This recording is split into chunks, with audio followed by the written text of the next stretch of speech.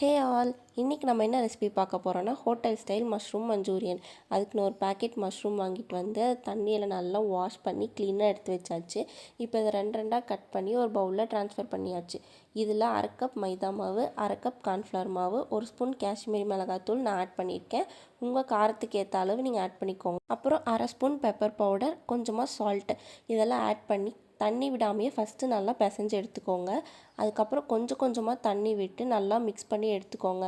இது மஷ்ரூம் அந்த மசாலாவில் நல்லா ஊறினா டேஸ்ட் என்ஹான்ஸ் ஆகி வரும். அதனால் பார்த்து தண்ணி கொஞ்சம் கொஞ்சமாக விட்டு அப்புறம் பிசைஞ்சு எடுத்துக்கோங்க.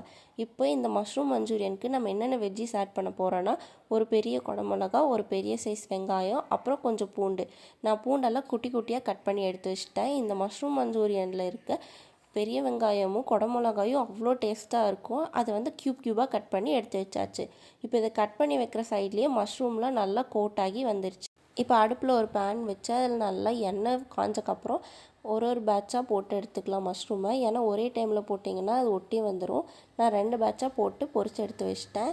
இப்போ மறுபடியும் அடுப்பில் ஒரு பேன் வச்சு அதில் கொஞ்சமாக எண்ணெய் விட்டு நம்ம கட் பண்ண குடமிளகா, வெங்காயம், பூண்டு இதெல்லாம் ஆட் பண்ணி ஒரு 2 மினிட்ஸ் நல்லா சாட்டே ஆகி வரட்டும். அதுக்கப்புறம் நமக்கு தேவையான அளவு சோயா சாஸ், அப்புறம் கெச்சப் இதெல்லாம் ஆட் பண்ணிவிட்டு ஒரு 2 மினிட்ஸ் நல்லா சாட்டே ஆகட்டும். அதுக்கப்புறம் நம்ம பொரிச்சு வச்ச மஷ்ரூம் இது கூட ஆட் பண்ணால் மஷ்ரூம் மஞ்சூரியன் ரெடி.